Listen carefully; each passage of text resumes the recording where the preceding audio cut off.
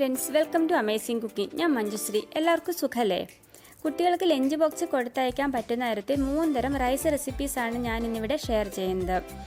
ഇതിനു മുമ്പ് Monday and Tuesday, അതായത് ആഴ്ചയിൽ 2 ദിവസം കൊടുത്തയക്കാനുള്ള 2 തരം ഈസി റെസിപ്പീസ് ഞാൻ പോസ്റ്റ് ചെയ്തിട്ടുണ്ട്. അതിൻ്റെ വീഡിയോ നിങ്ങൾ കണ്ടിട്ടില്ലെങ്കിൽ ഒന്ന് കണ്ടു നോക്കൂ. ഇത് 3rd ഡേ റെസിപ്പിയാണ്. ഇന്ന് 3 തരം rice, schezwan rice, mix veg rice, paneer rice, ഇങ്ങനെ 3 തരം റൈസാണ് ഞാനിവിടെ ഷെയർ ചെയ്യുന്നത്. ആദ്യമായിട്ടാണ് നിങ്ങൾ എൻ്റെ വീഡിയോ കാണുന്നതെങ്കിൽ ചാനൽ സബ്സ്ക്രൈബ് ചെയ്യാൻ മറക്കരുത്. നെക്സ്റ്റ് ഡേ റെസിപ്പി നോട്ടിഫിക്കേഷൻ കിട്ടുന്നതിനായിട്ട് ബെൽ ബട്ടൺ കൂടി ഒന്ന് പ്രസ് ചെയ്യുക. അപ്പോൾ നമുക്ക് വീഡിയോയിലേക്ക് കിടക്കാം.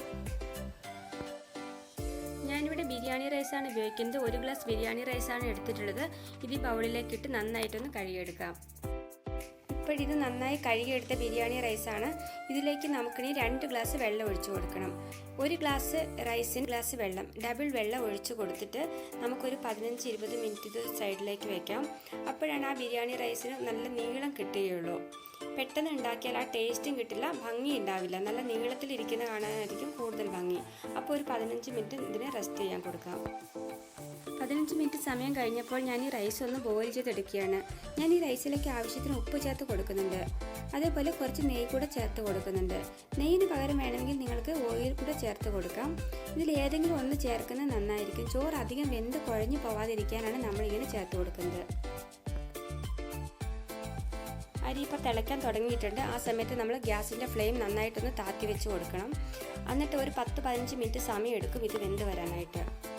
15 മിനിറ്റ് കഴിഞ്ഞപ്പോൾ ഞാനിത് തുറന്ന് നോക്കിയാണ്.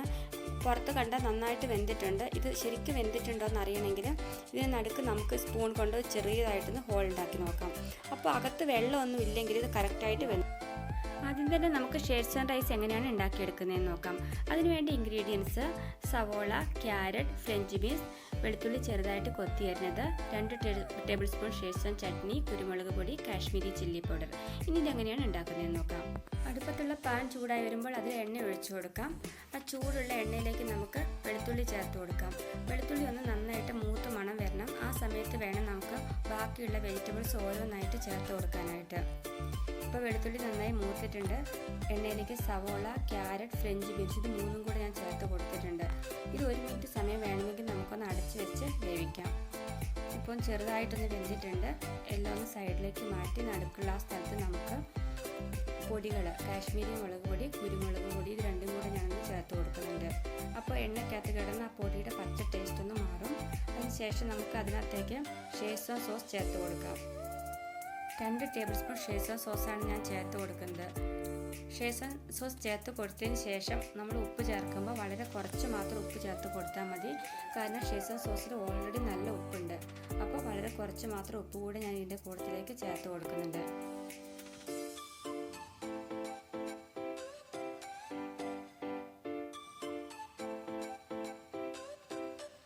എല്ലാം കൂടെ നന്നായിട്ടൊന്ന് ഇളക്കി മിക്സ് ചെയ്ത് കൊടുക്കുക. ഇതിലേക്കാണ് നമ്മളിനി തയ്യാറാക്കി വെച്ചേക്കുന്ന റൈസ് ഇട്ട് കൊടുക്കുന്നത്.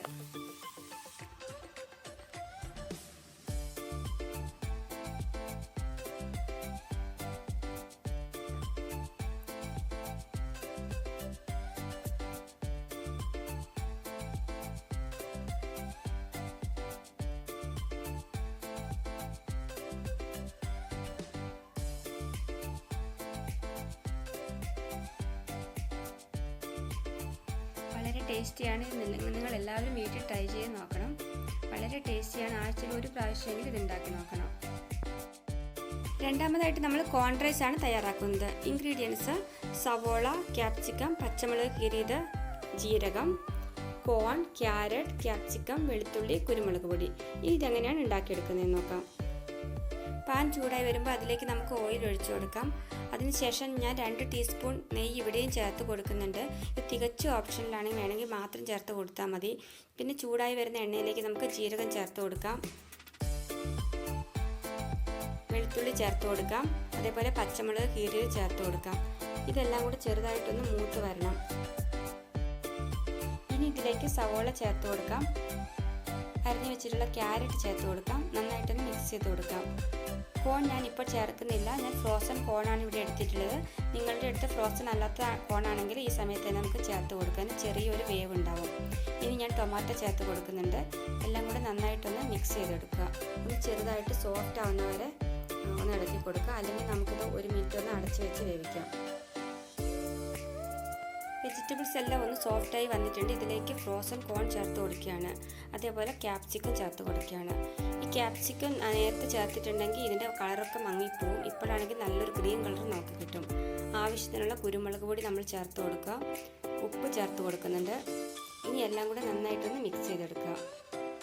ഇനി നമുക്ക് ഈ വെജിറ്റബിൾസിലേക്ക് നമ്മൾ തയ്യാറാക്കി വെച്ചിട്ടുള്ള ചോറ് ചേർത്ത് കൊടുക്കാം. 1 കപ്പ് ചോറാണ് ഞാനിവിടെ തയ്യാറാക്കി വെച്ചിട്ടുള്ളത്. ഞാനിപ്പോൾ ചേർത്ത് കൊടുക്കുകയാണ്. എന്നിട്ട് എല്ലാം കൂടെ നന്നായിട്ടൊന്ന് മിക്സ് ചെയ്ത് യോജിപ്പിക്കുക. ഇതിപ്പോൾ ഞാൻ ഫ്രഷ് ചോറ് ഉണ്ടാക്കി കാണിച്ചതാണ്. അങ്ങനെ അല്ലാന്നുണ്ടെങ്കിൽ തലേദിവസത്തെ ചോറ് ബാക്കിയുണ്ടെങ്കിൽ ഫ്രിഡ്ജിൽ വെച്ചാൽ രാവിലെ കുട്ടികൾക്ക് വളരെ എളുപ്പത്തിൽ തന്നെ നമുക്ക് ലഞ്ച് ബോക്സിൽ ഇങ്ങനെ ഉണ്ടാക്കി കൊടുക്കാൻ പറ്റുന്നതാണ്. ഇനി നമ്മളിവിടെ ഉണ്ടാക്കുന്നത് പനീർ റൈസാണ്. Ingredients: paneer, peas, coriander leaves, സവോള, ജീരകം, ഡ്രൈ മുളക്. ഇനി ഇത് എങ്ങനെയാണ് ഉണ്ടാക്കുന്നത് നമുക്കൊന്ന് നോക്കാം. ഓയിൽ ചൂടായിട്ട് വരുമ്പോൾ അതിലേക്ക് ഞാൻ 2 ടീസ്പൂൺ നെയ്യ് ചേർത്ത് കൊടുക്കുന്നുണ്ട്. പിന്നെയും പറയാനൊരു തികച്ചും ഓപ്ഷനിലാണ്, നിങ്ങൾക്ക് വേണമെങ്കിൽ ചേർത്താൽ മതി. പക്ഷേ നെയ്യ് ചേർത്ത് കൊടുക്കുന്നതുകൊണ്ട് നല്ലൊരു ഫ്ലേവറാണ് നമ്മൾ ഉണ്ടാക്കുന്ന പുലാവിന് കിട്ടുന്നത്. എനിക്ക് അങ്ങനെ തോന്നിയിട്ടുണ്ട്.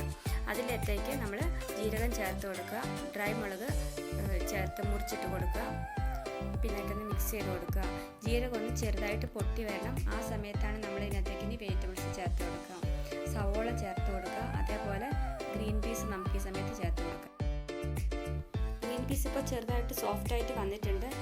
ഞാനിവിടെ ഫ്രോസൺ അല്ല യൂസ് ചെയ്ത്. ഫ്രോസൺ ഗ്രീൻ പീസ് ആണെങ്കിൽ അധികം സോഫ്റ്റ് ആവാനൊന്നുമില്ല. വളരെ പെട്ടെന്ന് തന്നെ നമുക്ക് തയ്യാറായി കിട്ടും. അപ്പോൾ ഇനി ഇതിനകത്തേക്ക് നമുക്ക് എടുത്ത് വെച്ചിട്ടുള്ള പനീർ ചേർത്ത് കൊടുക്കാം. പനീറിൻ്റെ ക്യൂബായിട്ട് ഞാൻ കട്ട് ചെയ്തെടുത്തതാണ്. അത് ഈ വെജിറ്റബിൾസുമായിട്ട് നന്നായിട്ടൊന്ന് മിക്സ് ചെയ്ത് കാരണം നമുക്ക് നന്നായിട്ടൊന്ന് മിക്സ് ചെയ്ത് കൊടുക്കാം. അതിനുശേഷം ഇതിനാവശ്യമായിട്ടുള്ള ഉപ്പ് ഈ സമയത്ത് നമുക്ക് ചേർത്ത് കൊടുക്കാം. അതിനുശേഷമാണ് നമ്മൾ എടുത്തു വെച്ചിട്ടുള്ള റൈസ് ചേർത്ത് കൊടുക്കുന്നത്. 1 കപ്പ് റൈസാണ് ഞാൻ എടുത്ത് വെച്ചിട്ടുള്ളത്. അതിനുശേഷം ഞാൻ ആ റൈസ് ഇതിൻ്റെ കൂട്ടത്തിലേക്ക് ചേർത്ത് കൊടുക്കുകയാണ്. എല്ലാം കൂടെ നന്നായിട്ടൊന്ന് മിക്സ് ചെയ്ത് യോജിപ്പിക്കുക. പനീറും റൈസും വെജിറ്റബിൾസും എല്ലാം കൂടെ നന്നായിട്ടൊന്ന് മിക്സ് ആയിട്ട് വരാൻ നമുക്കിത് നന്നായിട്ടൊന്ന് ഇളക്കി കൊടുക്കണം. നല്ല കളർഫുള്ളാണ്. ഇപ്പോൾ കണ്ടാൽ വൈറ്റും ഗ്രീനും ഒക്കെ ആയിട്ട് അധികം എരിവില്ലാത്തതുകൊണ്ട് കുട്ടികൾക്കൊക്കെ ഇത് വളരെയധികം ഇഷ്ടപ്പെടും. ഇതിനകത്തേക്ക് ഞാൻ കുറച്ച് ഫ്രഷ് മല്ലിയില കൂടെ ചേർത്ത് കൊടുക്കുന്നുണ്ട്. മല്ലിയില ചേർത്ത് കൊടുത്തതിന് ശേഷം ഞാനിത് 1 മിനിറ്റ് ഞാനൊന്ന് അടച്ച് വെക്കുന്നുണ്ട്. ആ മല്ലിയിലയുടെ ഫ്ലേവർ ബാക്കിയുള്ള റൈസിലേക്ക് ഒന്ന് കിട്ടാൻ വേണ്ടിയിട്ടാണ് ഞാൻ ഇങ്ങനെ ചെയ്യുന്നത്. അതിനുശേഷം നമുക്കിത് സെർവ് ചെയ്യാം. അപ്പോൾ നമ്മുടെ 3 റൈസ് ഇവിടെ തയ്യാറായി കഴിഞ്ഞു. നിങ്ങളിതെല്ലാവരും വീട്ടിൽ ട്രൈ ചെയ്ത് നോക്കണം. തീർച്ചയായിട്ടും നിങ്ങൾക്കിത് ഇഷ്ടപ്പെടും. ഈ റെസിപ്പി നിങ്ങൾക്ക് എല്ലാവർക്കും ഇഷ്ടമായെന്ന് ഞാൻ വിചാരിക്കുന്നു. നിങ്ങളിത് ട്രൈ ചെയ്ത് നോക്കുക. കുട്ടികൾക്ക് ലഞ്ച് ബോക്സിൽ ഇത് കൊടുത്തയയ്ക്കുക. അടുത്ത ദിവസം ഇതേപോലെ മറ്റൊരു